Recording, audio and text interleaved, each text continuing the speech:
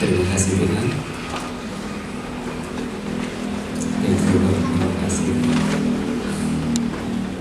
Masa lalu kami. Hari ini kami menjadi manusia yang baru,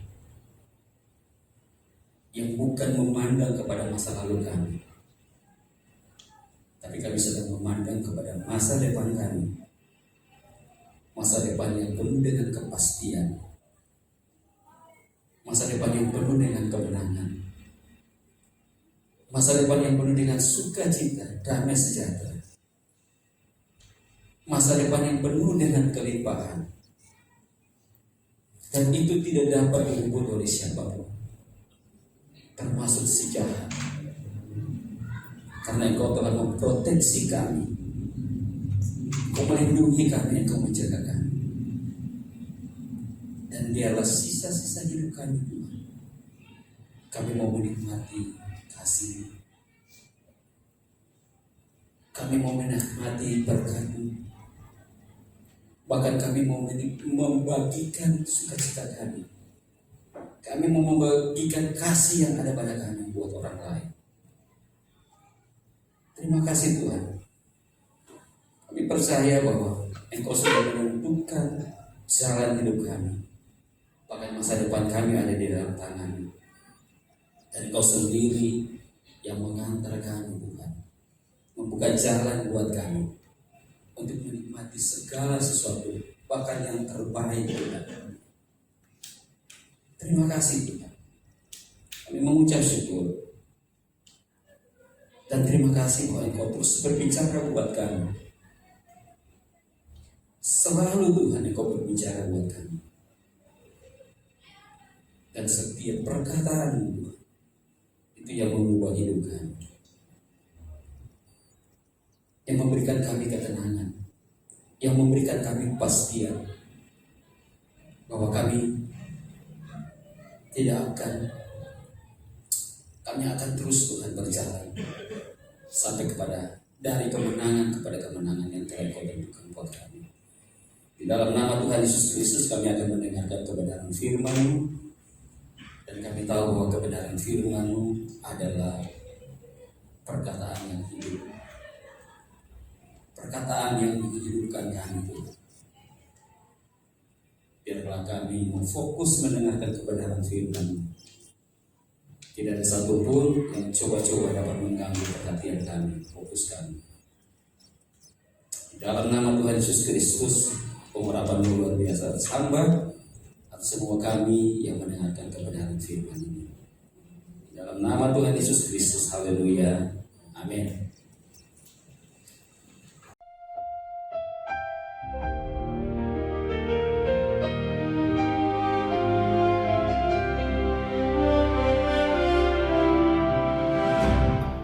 Shalom warga kerajaan. Untuk kembali kepada kehendak sempurna Sang Raja, jangan lupa 4T. Pertama itu tesyufa, berbalik 180 derajat. Repentance, sadar keadaanmu. Yang kedua, berdoa. Doanya pertama ya minta ampun. Clean in me a pure heart, kata Raja David. Dan dia mengaku di hadapan umum dengan Mazmur 51. Kemudian tandanya adalah kembali dijadikan orang benar. Tanda orang benar apa? Ada sedekah dalam hidupnya. Sesadik orang benar itu tandanya sedekah. Dan hidupnya memuliakan Tuhan. Jangan lupa raja-raja yang kita sebutkan ini Raja Yehuda. Dan kemudian ketika dalam 15 tahun itu yang paling merusak adalah lahirnya Manase. Usianya 12 tahun. 12 tahun jadi berarti di dalam perpanjangan waktu. Tidak usahlah minta perpanjangan waktu. Waktu itu usia daripada Hizkia itu 38, saudara. Dia umurnya panjang, tapi dia melihat kehancuran demi kehancuran. Manase mendirikan kembali patung-patung berhala, bukit-bukit pengorbanan, dan juga penyembahan kepada tentara langit. Tentara langit itu apa? Salah satunya zodiak. Hati-hati yang percaya dengan segala macam zodiak atau apapun. Jangan percaya. Kamu tidak diciptakan atau zodiak Chinese diciptakan jadi macan, jadi babi. Kita diciptakan menurut imago Dei. Dan Manase melakukan begitu banyak kejahatan, dan Tuhan tidak disakitkan hatinya. Dia berkata, aku hukum kamu. Dia panggil Raja Asyur, dan dia ditarik, yaitu dengan kaitan tembaga, dirantai. Bagaimana keadaan warga kerajaan? Kalau kamu seperti dirantai, ada jalan kembali. Dan dia merendahkan diri, dia bertobat di hadapan Tuhan. Dan yang ajaib, dia dikembalikan jadi raja. How great is our God? Kemudian dia meruntuhkan semua mezbah-mezbah yang dia dirikan. Dia mendirikan berhala. Di bait Allah itu dirikan berhala. Dihancurkan semuanya. Tapi kerusakan telah dibuat. Sehingga rakyat masih memberikan korban di bukit-bukit pengorbanan. Karena Manase memberikan anak-anaknya dibakar hidup-hidup. Persembahan kepada Baal, kepada Molok. Hati-hati saudara. Siapa yang kita sembah? Who is your Lord? Who is your Father? Raja Hizkia memulai dengan baik, mengakhir dengan daging. Ketika Nabi Yesaya tegur Raja Hizkia, yaitu semua anak-anakmu akan jadi sida-sida, dan semua yang kamu tuh yang diampok, asal ada damai sejahtera di dalam hidupku. Itu orang perkataan paling tidak bertanggung jawab sebagai seorang bapak. Tetapi saudaraku, kita melihat kemurahan Tuhan dalam kehidupan daripada Manase. Ketika dia merendahkan diri dan dia bertobat, saudaraku, maka Tuhan kembali, yaitu memberikan dia kesempatan menjadi raja kembali. Tetapi kerusakan sudah dibuat dan hukuman Tuhan sudah ditentukan. Kenapa dia dipulihkan? Oleh karena nenek moyangmu David, bukan karena Hizkia. Hizkia pertamanya melakukan seperti yang dilakukan David, tapi mengakhiri karena keangkuhan. Saudara, segala kesuksesan itu karena Tuhan, bukan karena kita. Semua yang kita terima, itu kita cuma terima, kita bukan karena usaha kita. Karena itu warga kerajaan tetap rendah hati, light, love, integrity, grace, humility, and truth. God bless you, warga kerajaan. Amin. Nah, tadi apa yang dikatakan oleh Pak Arifin, Tuhan itu adalah Tuhan yang membalik apa? Keadaan, ya. Tuhan itu adalah Tuhan membalik keadaan. Jadi bahwa dari keadaan apapun kita, ya, kita tahu bahwa yang tidak baik sekalipun Tuhan akan membalikkan itu menjadi apa? Baik. Ya. Jadi jangan kita menggantungkan pengharapan kita kepada yang tadi Pak Arifin bilang apa? Zodiak, horoskop. Kita lihat kita punya keadaan hidup kita nanti ke depan itu seperti apa, kita tidak lihat di dalam Alkitab. Kita tidak melihat kepada kebenaran firman Tuhan. Tapi banyak orang melihat kepada apa? Horoskop, ya kan? Libra, Pisces, hari ini apa, besok apa, dan sebagainya. Hidup kita tidak bergantung kepada itu. Hidup kita bergantung kepada perkataan Tuhan. Ya. Baik, kita masih pada tema Healing the Land. Ya. Nah, saudara, kemarin waktu hari Jumat ya, apa yang dibagikan oleh Ibu Mareta, bahwa kalau kita mau mengalami pemulihan negeri, itu harus dimulai dari pemulihan apa, saudara? Pemulihan diri sendiri. Negeri tidak akan berubah, negeri tidak akan dipulihkan kalau tidak dimulai dari pemulihan kita. Amin. Dan pemulihan negeri ini tergantung dari pemulihan kita, saudara. Kita yang adalah orang-orang percaya. Setiap orang percaya kalau sudah dipulihkan, dia akan menginfluence orang-orang lain, membawa dampak buat orang-orang lain, dan orang-orang lain sudah dipulihkan. Makin banyak orang dipulihkan, makin terbuka kesempatan lebih besar untuk apa? Negeri ini dipulihkan. Itu prinsip kerajaan, saudara. Jadi hari ini saya mau sampaikan buat saudara bahwa saudara pernah nonton film, saudara. Semua pasti nonton film. Kadang-kadang begini, kita nonton film 2 jam sampai 30 menit aja kita sudah stop, ya. Ada yang kita sepertinya kita sudah tahu jalan cerita. Betul tidak? Ada yang nonton film tapi tidak sampai habis. Ya, 30 menit ya kita sudah stop. Dan kita mungkin bisa mengira-ngirakan akhir ceritanya seperti apa. Kadang-kadang kalau kita nonton kan ada pemeran utama itu. Biasanya kalau film itu cerita film pasti yang menang terakhir siapa? Pemeran utama. Tapi ada juga bahwa pemeran utama itu sampai film selesai dia mati. Ya. Kami pernah nonton itu satu drakor, saudara. Ya, drakor. Ya. Kalau tidak salah itu cerita itu tentang yang namanya Don Chul. Ceritanya bagus, saudara. Dan di dalamnya itu juga ada nilai-nilai kekristenan. Bagus, saudara, ceritanya. Tapi pada akhirnya sepertinya kecewa, saudara. Kenapa? Si Don Chulnya meninggal. Sudah nonton, Don Chulnya meninggal. Sepertinya tidak selesai. Kita tidak selesai. Harusnya ketika di end itu sukacita kan.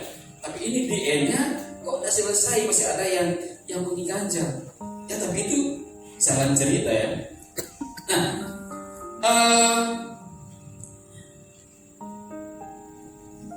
ayat tema kita masih di dalam 2 Tawarik 7 ayat 14 ya. Yang dikatakan, dan umatku yang atasnya namanya tersebut merendahkan diri, berdoa dan mencari wajahku, lalu berbalik dari jalan-jalan yang jahat, maka aku akan mendengar dari surga dan mengampuni dosa mereka serta memulihkan negeri mereka. Amen. Dan umatku, artinya kalau umat itu apa? Banyak orang, ya kan? Tapi dimulai dari mana? 1-2 orang yang berkumpul. Dan kita di sini 1-2 orang yang berkumpul atas nama Tuhan apa? Tuhan hadir. Kalau kuasa akan terjadi lebih besar, itu dimulai dari komitmen satu orang dengan satu orang untuk apa? Bersekutu.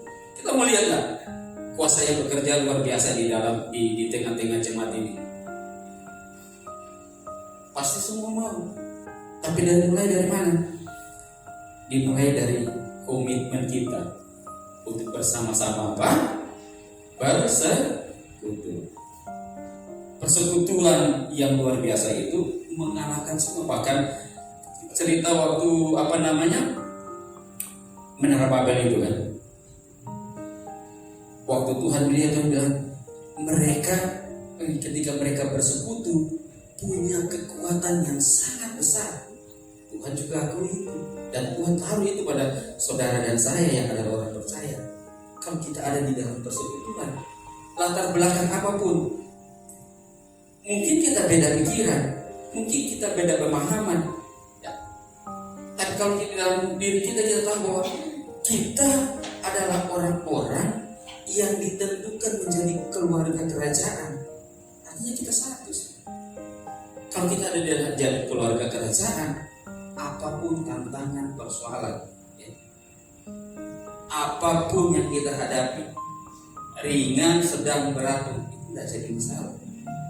Karena kita sudah tahu apa hasilnya, kita sudah tahu. Siapa yang tidak belum tahu hasilnya ketika dia sudah hidup di dalam Tuhan? Firman Tuhan kan menjamin. Firman Tuhan menjamin bahwa hasilnya kita sudah tahu. Kita sudah tahu. Mau kita jalan putar balik, belok kemanapun Tuhan, jalan yang kita lalui itu jalan belok kiri kanan muka belakang, tapi yang pasti kita sudah tahu bahwa kita sampai kepada tujuan yang benar. Amin. Oke. Nah, hari ini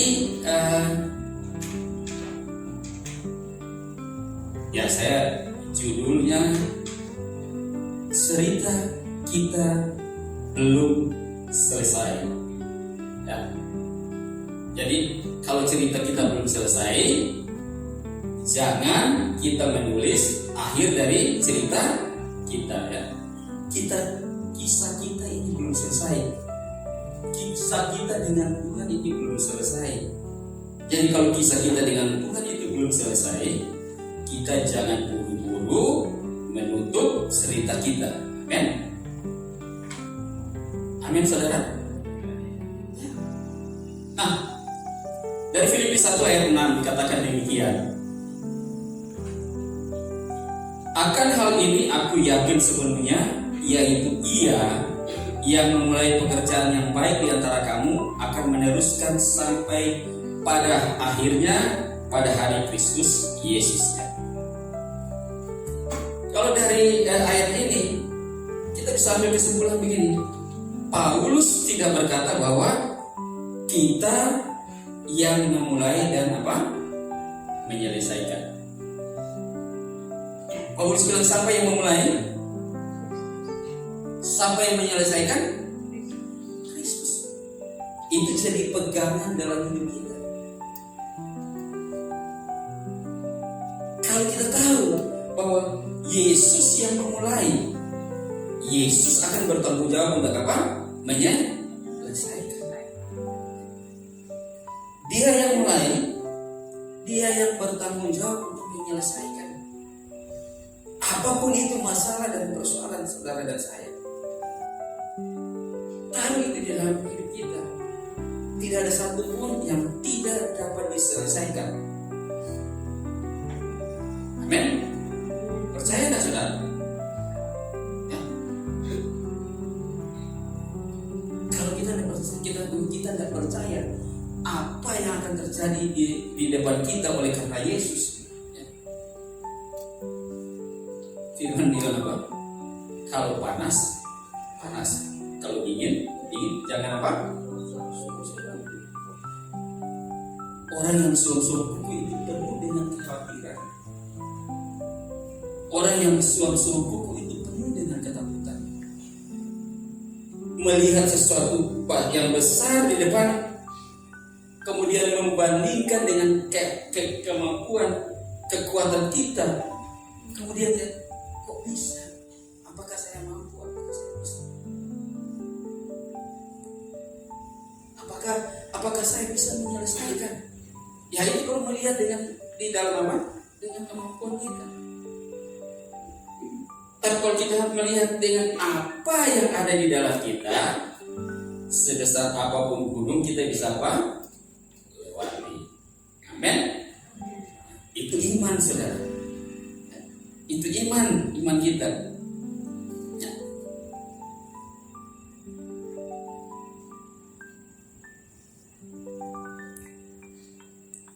Tadi saya bicara tentang film saudara. Ya, filmnya belum selesai tapi kita menganggap sudah selesai. Nah seperti itu. Ya. Pernah tidak saudara di dalam kehidupan mengalami kegagalan? Siapa sini yang tidak pernah mengalami kegagalan? Tidak ada yang angkat tangan tuh, karena semua pernah mengalami. Amin. Ya. Ketika mengalami kegagalan, lalu bilang ini hidup saya sudah selesai. Ada banyak orang ketika mereka mengalami kegagalan dan bunuh diri, menganggap bahwa hidupnya sudah selesai. Padahal tidak seperti itu saudara. Menganggap bahwa ketika kita gagal, masa depan kita sudah selesai. Bukan seperti itu.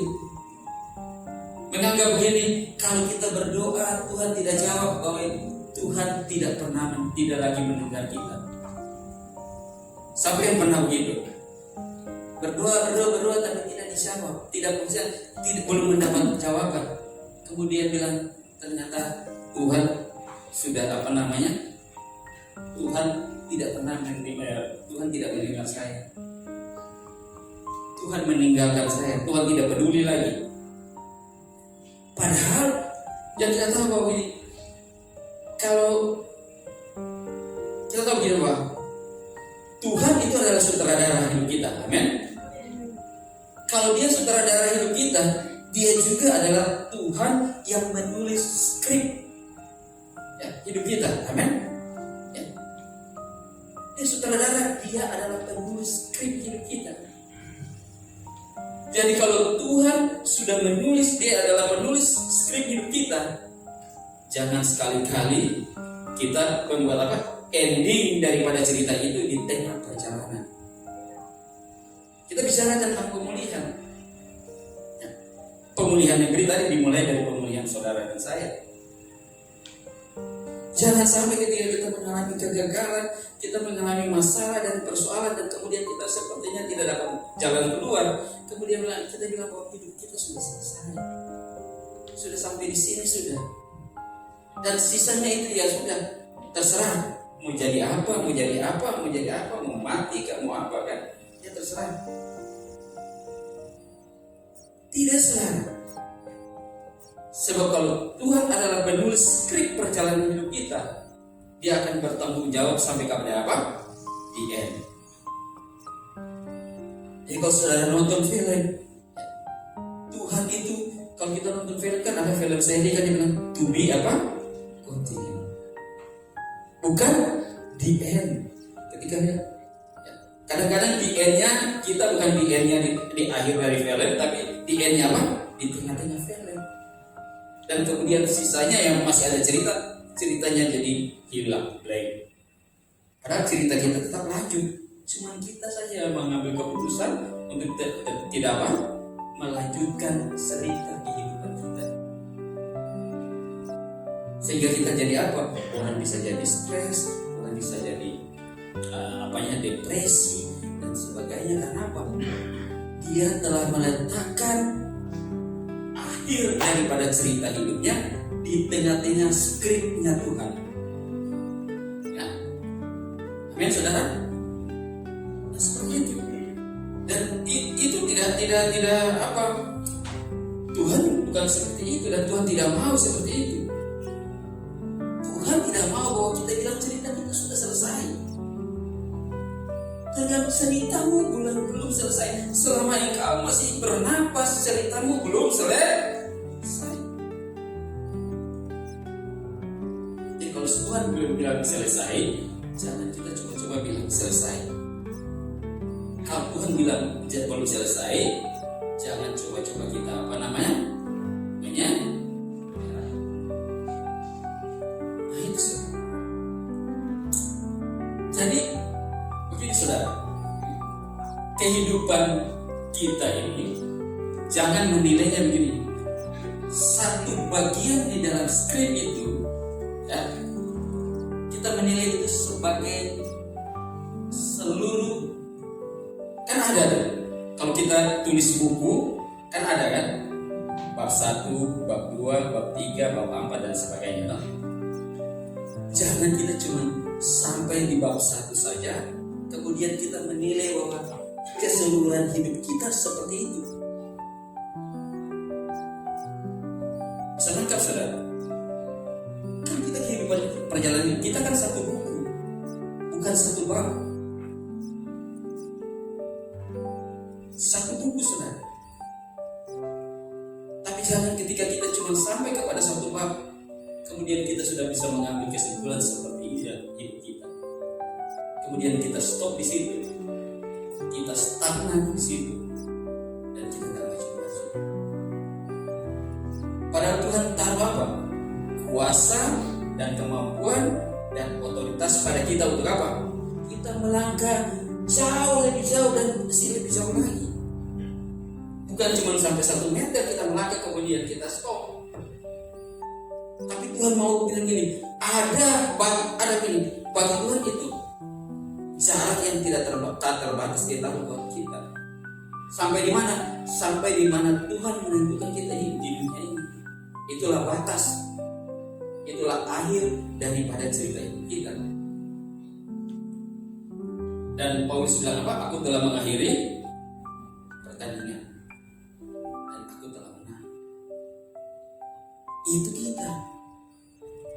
Paulus tidak sampai kepada ketika dia mendapat ancaman pembunuhan dan sebagainya, kemudian dia stop sampai di situ.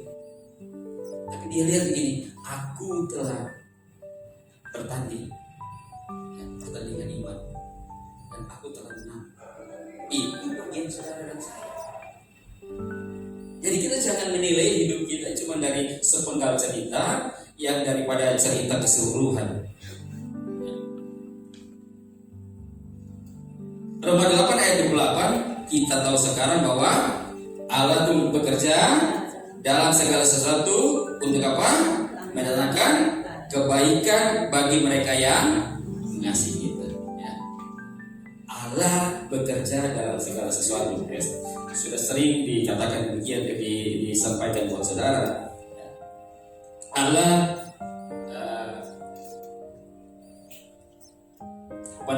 mengatur bekerja dalam segala sesuatu. Jadi tidak ada satupun yang Allah tidak turut bekerja segala sesuatu. Jadi kalau kita mengalami hal yang buruk,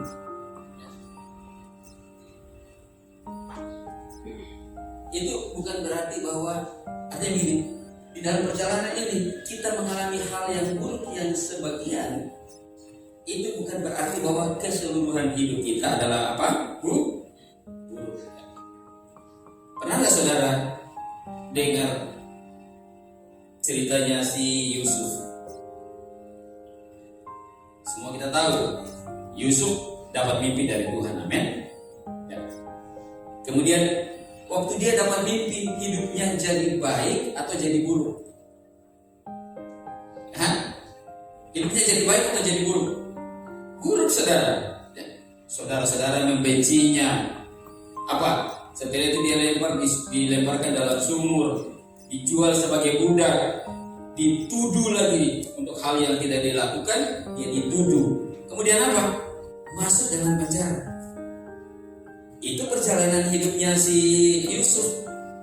Itu adalah bab-bab pertama daripada kehidupan Yusuf. Tapi kan kita tahu bahwa cerita Yusuf tidak sampai di sumur saja. Cerita Yusuf tidak sampai di jadi budak. Cerita Yusuf tidak sampai di mana? Jadi di penjara.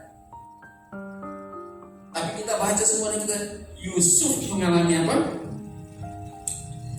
Kemuliaan yang luar biasa yang Tuhan berikan kepada dia waktu di Mesir. Siapa sih yang masih dalam sumur?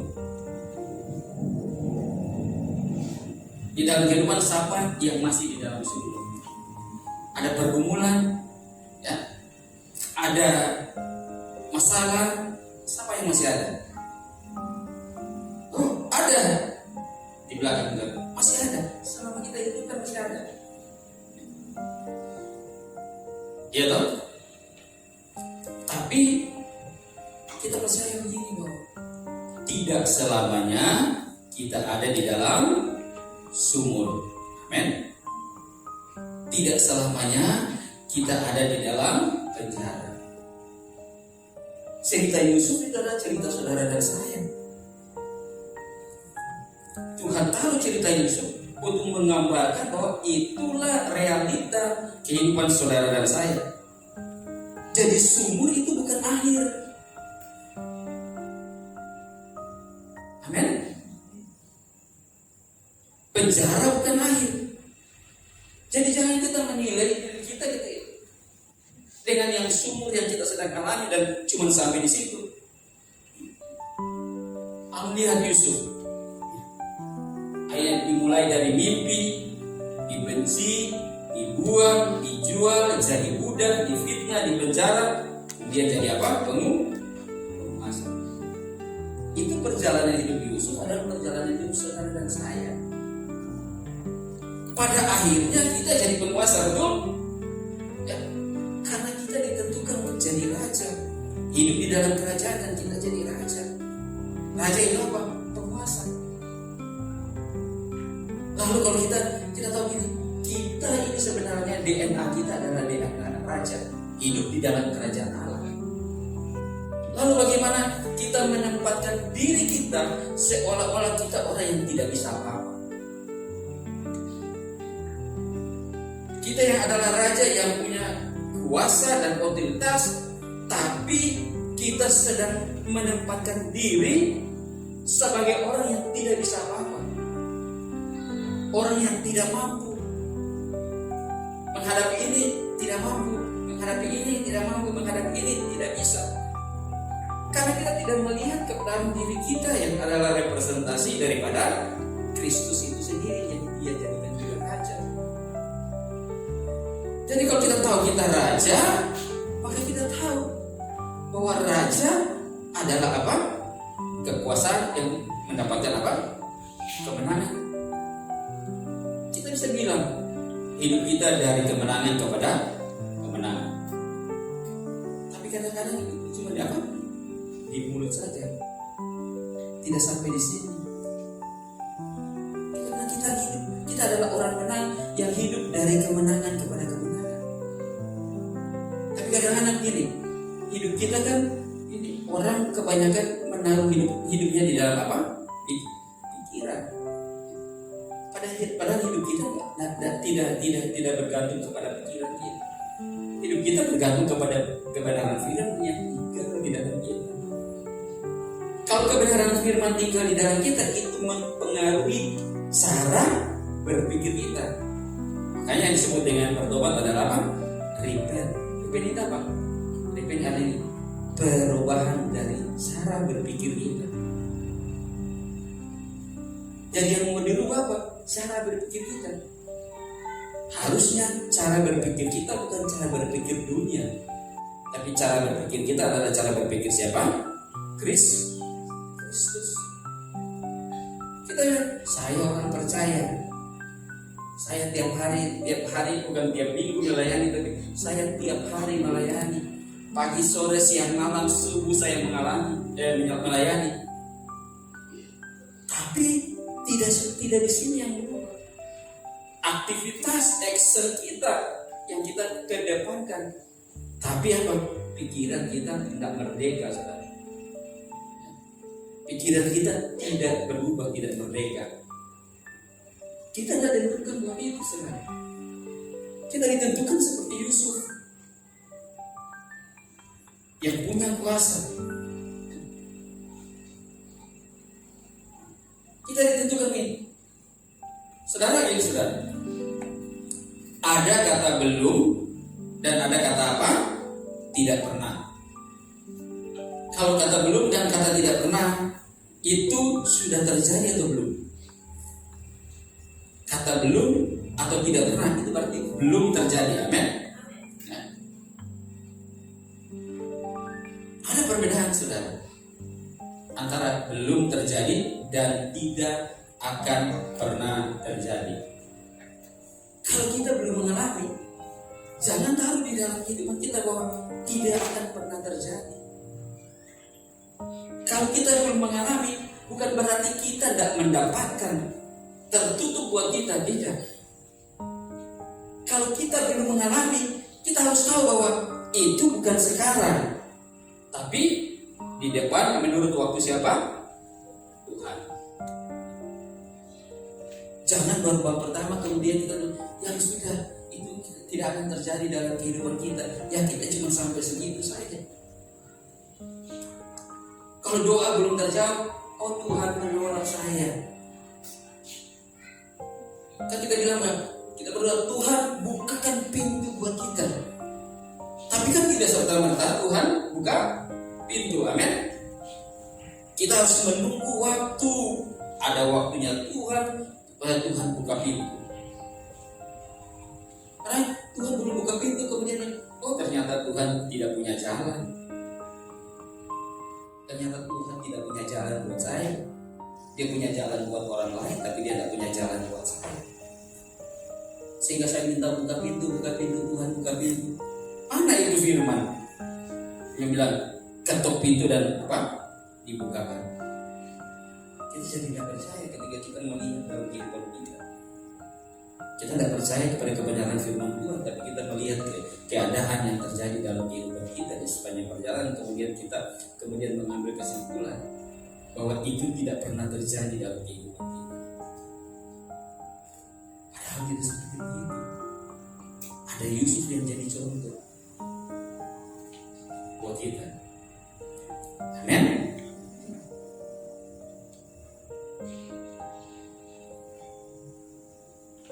Jadi kalau baik jawaban Tuhan belum datang, sikap kita adalah apa? Terus percaya. Ya. Kalau pintu belum terbuka, sikap kita adalah apa? Terus apa? Mengetuk. Amin. Kalau kita belum melihat hasil, tetap berharap dan kita apa? Bertindak. Ada orang yang belum melihat hasil lalu dia diam, yang tidak akan dapat hasilnya. Tuhan bilang bahwa kitanya yang memulai, kita yang bertindak. Bukan kita tunggu lihat hasil, tapi kitanya yang bertindak. Amin. Tuhan bilang tidak kita berdoa kemudian itu barang yang kita minta itu langsung muncul, tidak. Tapi Tuhan bilang itu dimulai dari kita dengan apa? Iman. Iman itu iman itu yang menjadikan yang tidak ada menjadi ada dalam kehidupan kita. Jadi kalau kita bilang buka pintu dan belum, ya jangan kemudian kita bilang ya sudah, Tuhan ternyata tidak ada buat saya. Kalau belum ada hasil, kita bertindak, berjalan. Kalau belum ada hasil, kita terus melakukan. Kenapa? Karena kita percaya bahwa Tuhan masih bekerja. Ya. Sampai Tuhan masih bekerja, sampai sekarang pun Tuhan masih bekerja. Amin. Dia kerja bikin apa? Dia kerja siapkan rumah buat saudara dan saya. Tuhan sedang sibuk bekerja sekarang buat saudara dan saya. Jadi kalau kita sudah tahu masa depan kita kegagalan itu bukan bagian hidup kita. Amin. Amsal 24 ayat 16. Sebab 7 kali orang benar jatuh namun dia bangun, tetapi orang fasik akan roboh dalam bencana. Amin, saudara. Sebab 7 kali orang benar jatuh. Tidak ada. Apakah setiap orang benar tidak pernah jatuh? Firman bilang, firman ini tidak berkata bahwa orang benar tidak pernah jatuh. Tapi dia bilang ini, orang benar kalau jatuh akan apa? Bangun. Saudara pernah jatuh? Berapa kali jatuh? Saya percaya bahwa tidak cuma 1 kali jatuh. Ada berkali-kali dalam kehidupan saudara dan saya yang jatuh. Tapi saya tanya dia, sekarang saudara bangkit tak? Ya? Ada yang belum bangkit? Ada yang belum bangkit?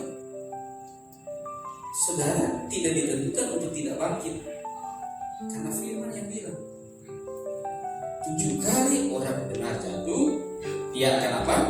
Bangun kembali. Petrus jatuh, betul tidak? Petrus jatuh. Dia menyangkal apa? Dia on fire dengan Tuhan. Kemana-mana yang buat dia yang paling menonjol. Petrus itu pasti yang paling menonjol. Dia on fire dengan Tuhan. Dia yang paling menonjol di antara murid-muridnya. Seperti ini, itu Petrus, dari kalau dari semua itu yang jadi wakil Tuhan Yesus itu Petrus. Tapi apa yang terjadi? Bahwa dia apa? Menyangkal. Petrus tidak mengalami itu kejatuhan Petrus. Petrus bilang, Tuhan, kamu sudah, aku tidak mau mengalami itu. Biarlah sudah Tuhan yang memikul itu. Saya tidak memikul, makanya dia menyangkal. Dia bilang, aku tidak kenal dia. Bahkan sampai berapa kali? 3 kali. Nah, kalau ayam tidak berkokok, dia tidak akan dia. Ya. Untung ayam berkokok, saudara. Kalau ayam tidak berkokok, ya dia akan belum menyadari kesalahan dia sendiri.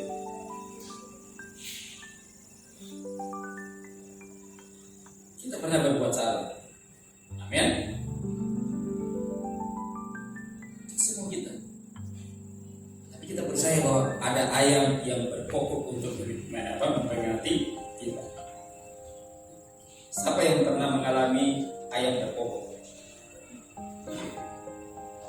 ayam yang berkokok.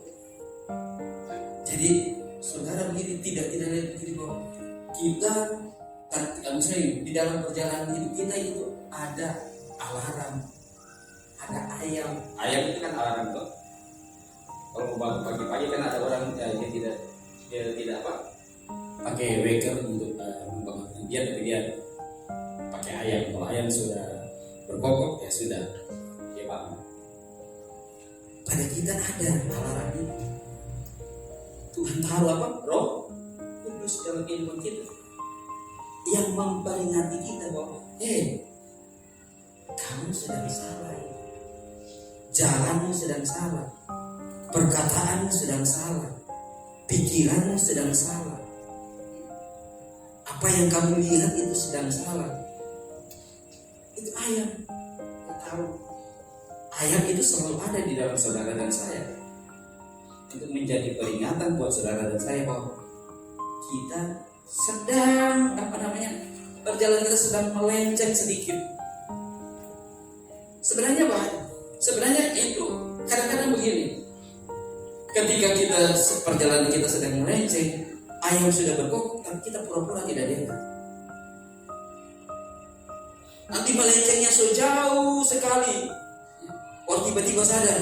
Kadang-kadang sadarnya sudah apa? Terlambat. Tapi percaya bahwa kita bisa bilang terlambat, tapi di dalam Tuhan tidak terlambat. Karena cerita kita masih berlanjut. Amin. Nah, Yesus belum selesai dengan Petrus tadi. Yesus cari Petrus dan bilang, Simon anak Yohanes, apakah engkau mengasihi aku? Ya. Dan akhirnya apa? Yesus bilang apa? Gembalakan domba-dombaku. Tuhan kasih kepercayaan yang besar buat Petrus. Tuhan tahu ini, posisi saya sebagai gembala, dia tahu di mana? Di Petrus. Itu satu kehormatan buat Petrus, bahwa posisi gembala itu yang adalah punya dia tahu, dia kasih kepada Petrus dan bilang, Petrus, kamu walaupun kamu sudah menyangkal aku, kamu sudah ini, saya sudah tutup kamu bercerita masa lalu. Sekarang saya lanjutkan kamu bercerita masa depan, to be continued. Masa depanmu sudah, sekarang buka lembaran baru untuk masa depan. Amen. Dan saya kasih kepercayaan buat kamu. Berapa banyak kita yang dapat kepercayaan dari Tuhan? Harta kita, kedudukan kita, posisi kita, semua kita, itu Tuhan percayakan buat kita. Kalau Tuhan percayakan itu buat kita, maka ini dia akan begini. Cerita itu terus akan berlanjut dengan apa yang kita akan lakukan di sepanjang perjalanan hidup kita. Tuhan masih tetap tulis cerita kita sampai akhir. Apa itu? Kita punya komitmen. Perubahan-perubahan yang terjadi dalam kehidupan kita, apa yang kita lakukan di dalam perjalanan hidup kita, ada dalam skrip Tuhan. Tapi kadang-kadang kita yang merubah skripnya Tuhan. Men? Kita merubah skripnya Tuhan dengan apa? Dengan cara berpikir kita.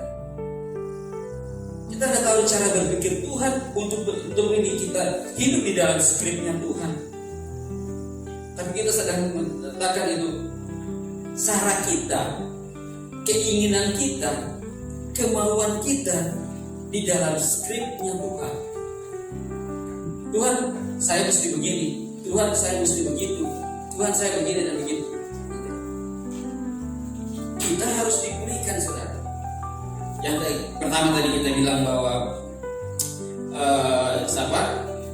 Yusuf dipulihkan, dia memperoleh kebesaran. Si Petrus dipulihkan, dia memperoleh apa? Tanggung jawab. Dia memperolehnya. Nah, saudara, mari kita baca Yohanes 11 ayat 25.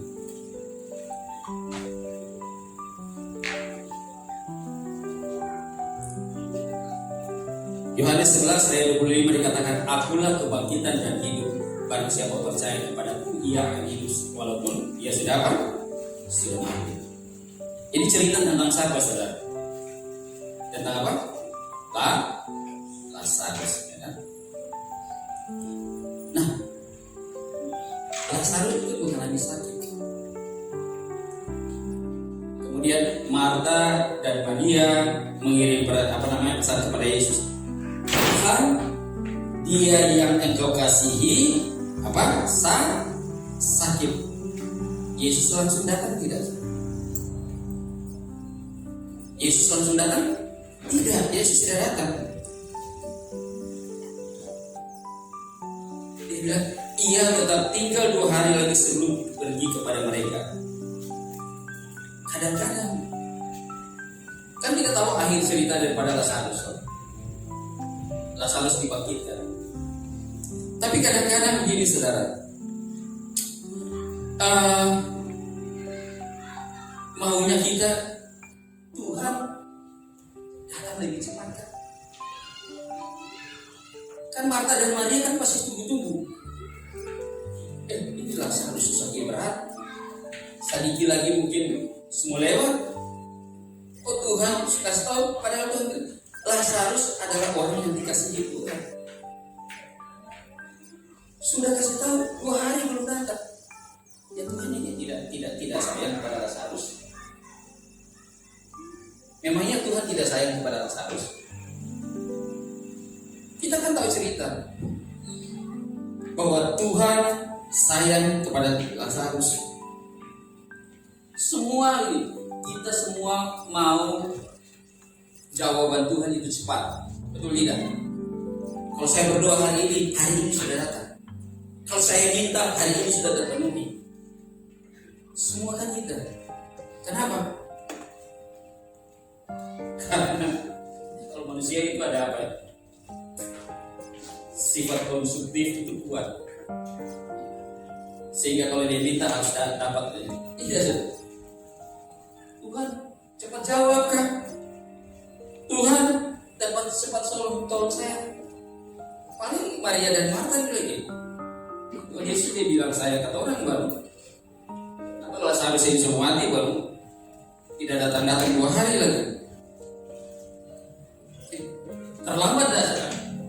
Waktu dia Lazarus mati terlambat dah saudara.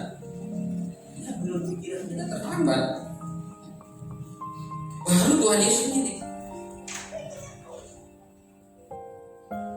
kan Maria dan Marta itu berharap bahwa Lazarus jadi fokus toh, betul tidak? Tapi dalam perjalanan Tuhan Yesus mengalami apa? Ada tuh perempuan. Waktu di yang 3 ada tuh perempuan yang sakit. Lah belum tidak datang tolong Lazarus, tolong orang lain. Coba saudara sakit hati tak? Kalau saudara perlu orang lain, ya. Saudara perlu orang lain, perlu sekali, saudara butuh sekali. Ternyata orang lain dia tidak tolong saudara dulu, tapi dia tolong orang lain. Itu yang dialami siapa? Maria dan Marta. Tapi bagi Tuhan itu terlambat, bagi manusia itu terlambat. Tapi bagi Tuhan tidak apa? Tidak terlambat. Amen. Jadi kalau kita mengalami itu, ya,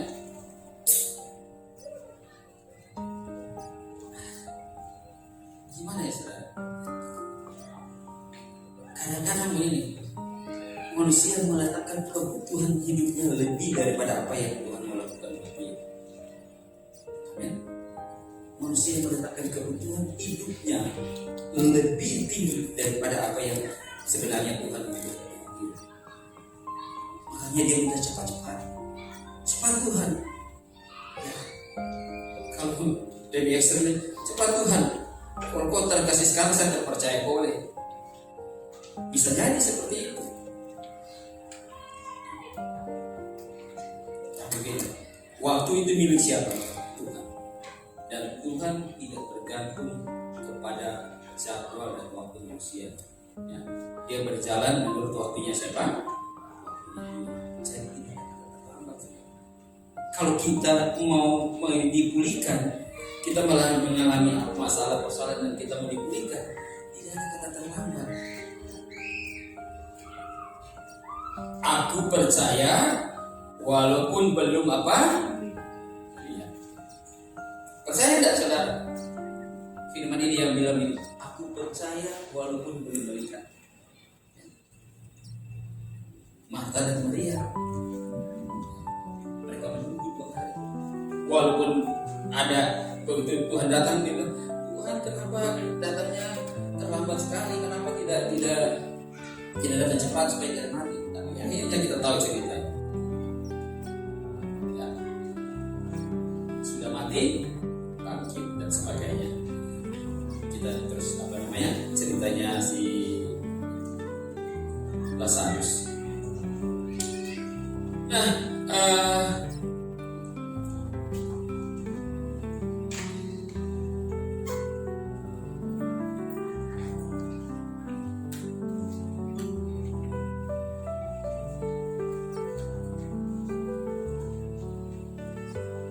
mari kita baca di Ibrani 12 ayat 2.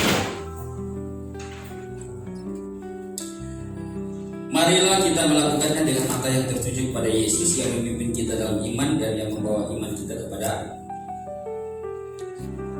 Ibrani 12 ayat 2. Marilah kita melakukannya dengan mata yang tertuju kepada Yesus yang memimpin kita dalam iman dan yang membawa iman kita kepada kesempurnaan. Ya.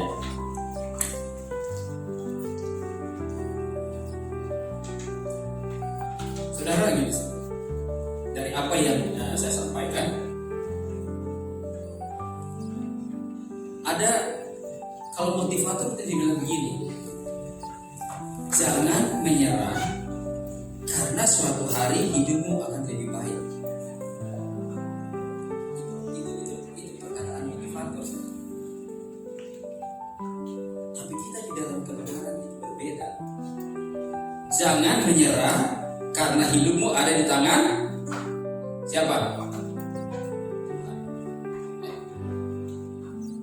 Jangan menyerah karena hidup ada di tangan Tuhan. Kalau kita percaya Kristus adalah yang awal dan yang akhir, berarti kita juga ada di dalam situ, saudara. Betul tidak? Kristus adalah yang awal dan yang akhir. Berarti dia tahu dah awal kita. Dia tahu dah akhir kita. Dia tahu. Jadi kalau di dalam tengah-tengah perjalanan kita ada satu bangun kita, ada mungkin hidup kita, ya keluarga kita, rumah tangga kita, anak-anak kita dan sebagainya, usaha kita dan sebagainya, itu bisa bangkrut, bisa terjadi. Tapi kalau kita tahu bahwa Kristus adalah yang awal dan yang akhir, Alfa dan Omega, makanya hidup kita juga hidup yang Alfa dan apa? Omega di dalam Tuhan. Ya tahu gini, Alfa dan Omega. Alfa awal, Omega akhir. Tapi di tengah-tengah awal dan Omega itu ada apa? Proses. Ada tidak dia di dalam proses kehidupan saudara dan saya? Ada tidak dia di dalam proses kehidupan persekutuan kita? Ada. Dia ada di dalam proses. Dan dia tidak pernah meninggalkan saudara dan saya. Nah, jadi cerita ini begini, saudara. Dari sepanjang perjalanan cerita kita, yang bisa menentukan akhir hidup kita sebenarnya siapa? Tuhan yang kasih, Tuhan yang sudah plot akhir hidup kita, akhir cerita kita. Tapi yang menentukan terus atau tidak berhentinya cerita kehidupan kita siapa? Kita yang menentukan di end-nya seperti apa. Kita jangan bilang di end, kita jangan taruh di end kalau Tuhan masih apa? Berbicara tentang apa? To be continue. Nah itu. Jadi pemulihan harus dimulai dari diri kita. Tapi juga pemulihan itu bergantung kepada hubungan kita dengan apa? Tuhan. Ya. Tapi ada begini, kalau kita ini tidak ada di dalam di dalam khotbah, tapi saya sampaikan begitu.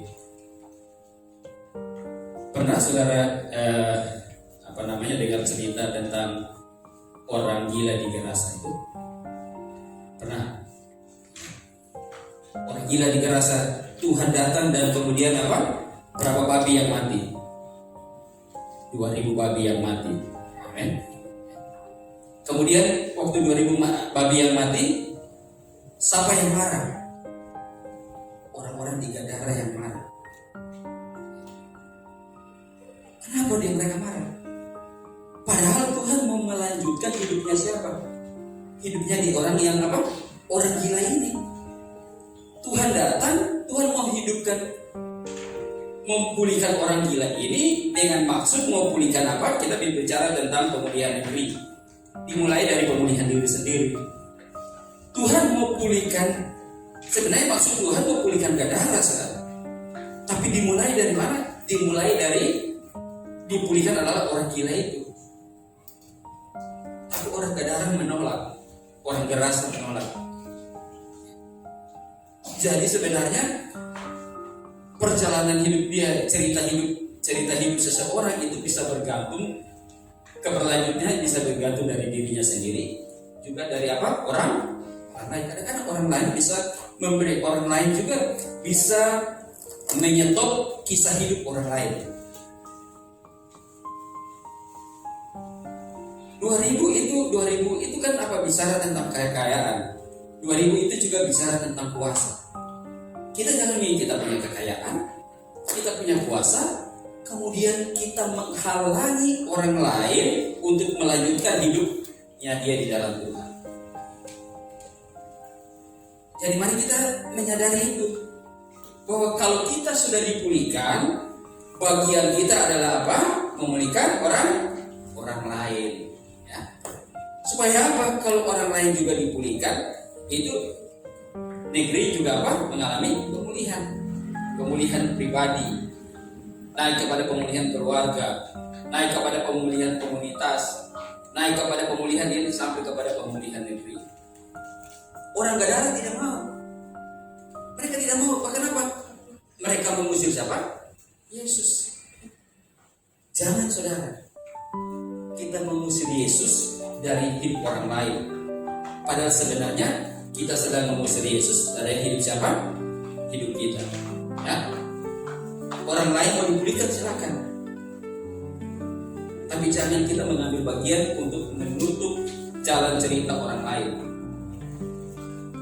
Tapi kita yang sudah dipulihkan, mari kita mengambil bagian untuk apa? Memulihkan orang lain.